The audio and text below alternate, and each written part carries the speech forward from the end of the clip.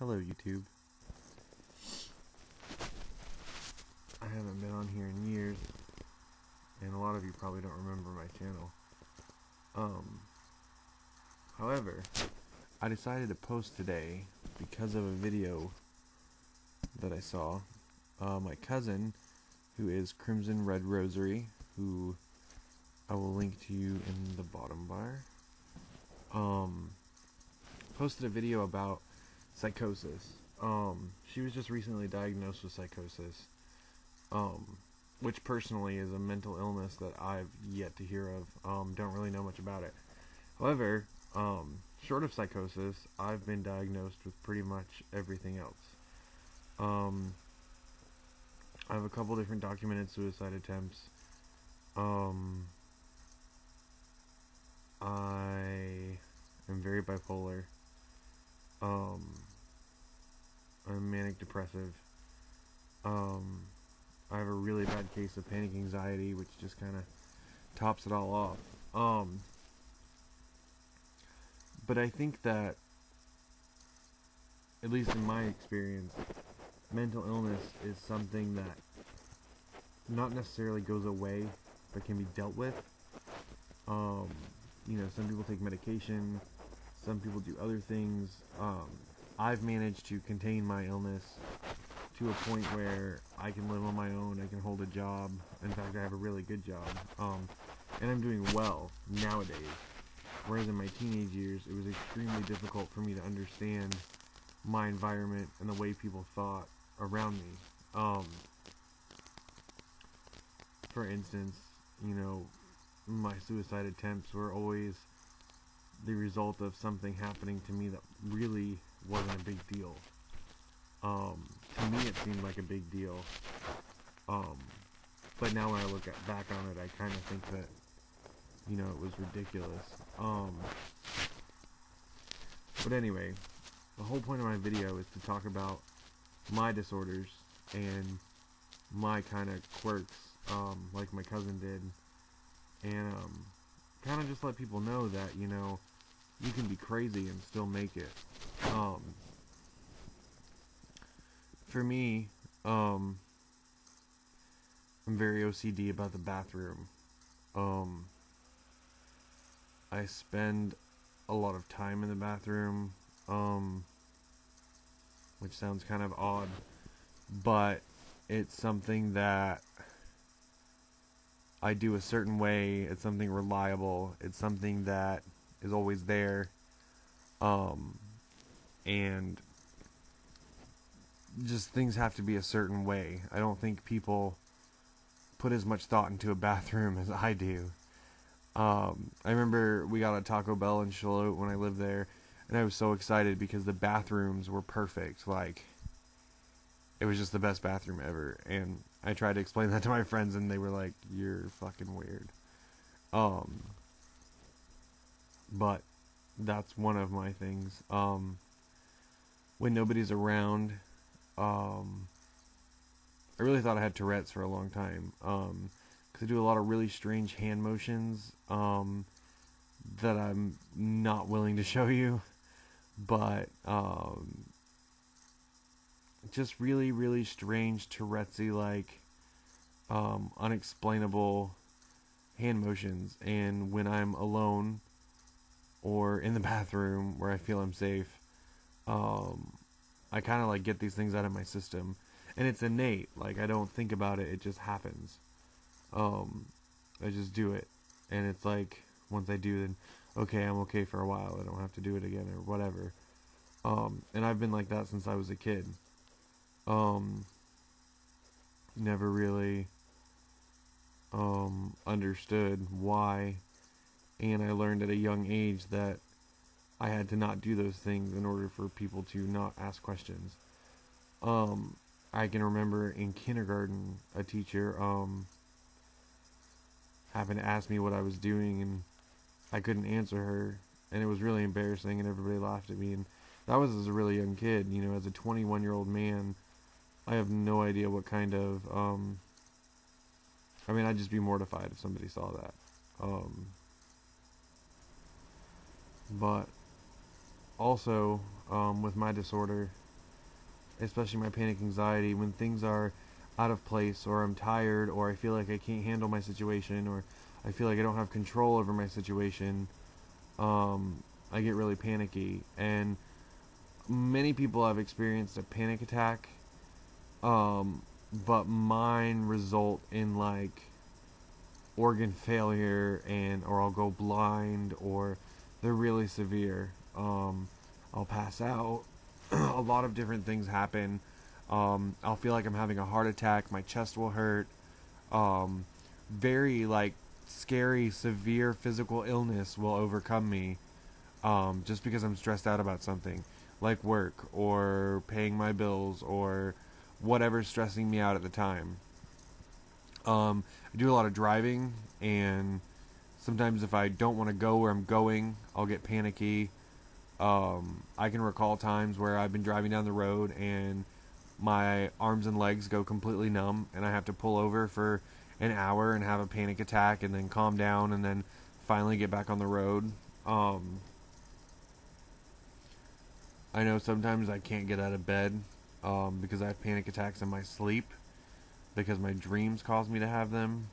And it puts me in like this half state of awake but not awake and still dreaming, and I can't get out of it, and I can't stop myself from having a panic attack, so it's very strenuous on my body.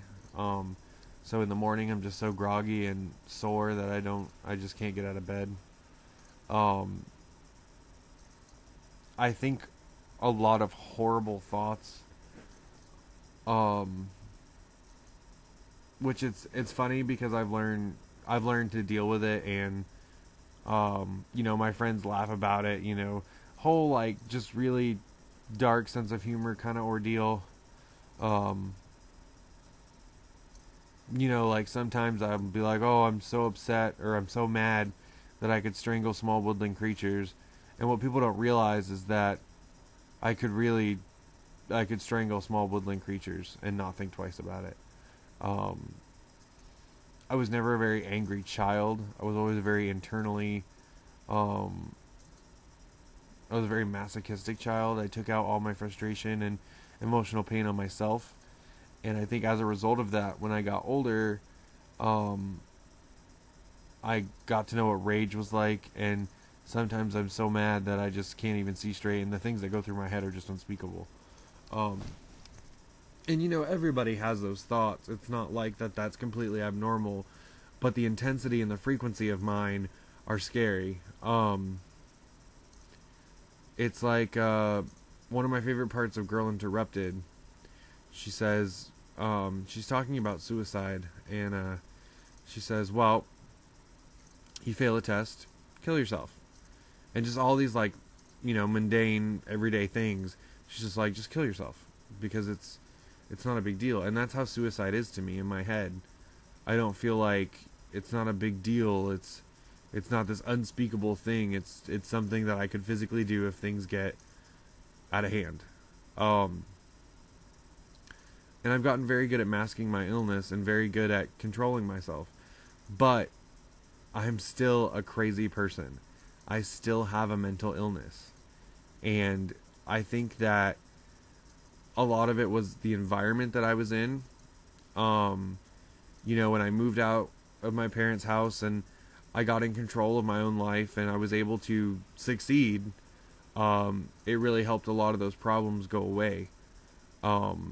Which granted they still happen, but it's not nearly as bad as it was when I was in high school, for instance.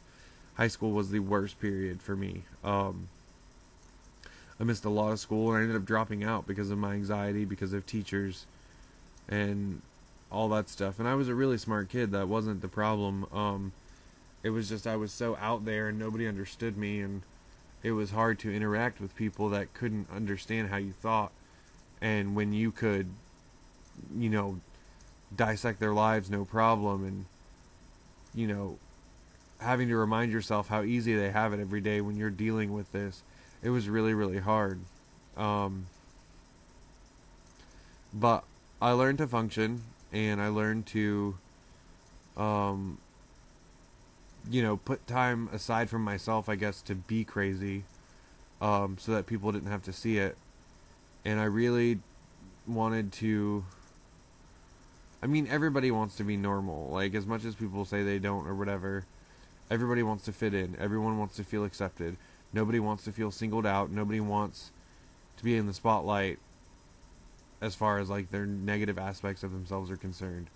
And I think it takes a lot to admit your illness to people and to say, you know, I've dealt with this. I'm still dealing with this. This is me, and this is what I have to deal with.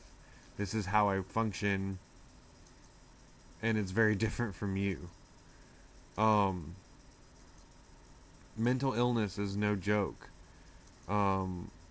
People don't realize the magnitude it has on someone, and half the time it makes you feel crazier because you go crazy trying to find a way to cope with the little bit of crazy you have. And everybody, you know, some people take medication and it works for them. That never worked for me. I had to completely move out of where I was living. I had to rearrange my life. I had to be in control of everything, every aspect of my life, in order for me to feel like I could function. And now that I have that, I'm okay. But it's different for everybody. And I think that people don't have a sensitivity that they should in order to understand people like us. And it's, you know, it's not something that I use as an excuse. It's not something that I use as a sob story. It's just kind of a thing that I have, like a freckle or a mole or whatever. It's just something that stuck with me for the rest of my life. And I'm fine with that now because I know how to deal with it. But I just want those people out there to know that, you know, one, it's okay to be crazy. Two, you'll find what works for you and it'll get better. And three, don't let it ruin your life. No matter how crazy you are, you have some kind of control over yourself. And don't let it get worse. Don't let what was God given to you become a monster. Don't let it take you over.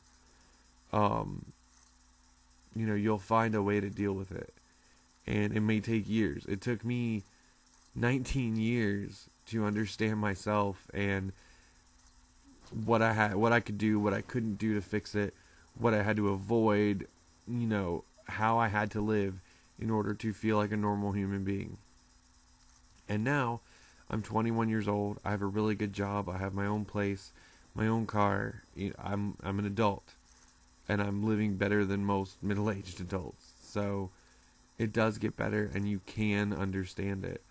It just takes a while, and it's trial and error. I did the medication route. I did dieting, which was a really good. It helped a lot.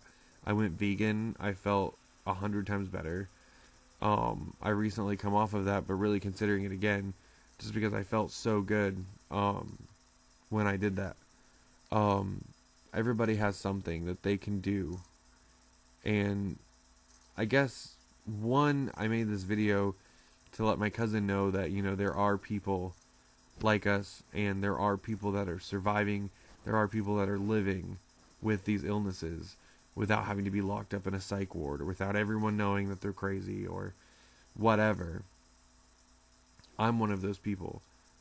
I'm living. I'm not in a hospital, and I can get by day to day without help or without, you know, medication or whatever. You know, I found what worked for me and did it. So, for all of you who see this, I want to know what your crazy is and what helps you deal with it. The therapy route, I did that too. I've been to many different therapists. Psychologists, therapists, psychiatrists, you know, you have it. Feel good doctor, worry doctor, whatever. I've done it all.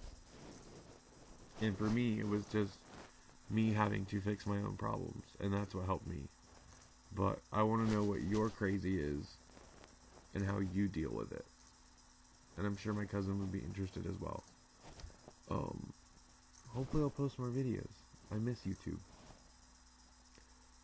I'm gonna get famous, and I'm gonna drink with Hannah Hart and walk dogs with Jenna Marbles one day, and dance with Mika Kitty and Nanalu.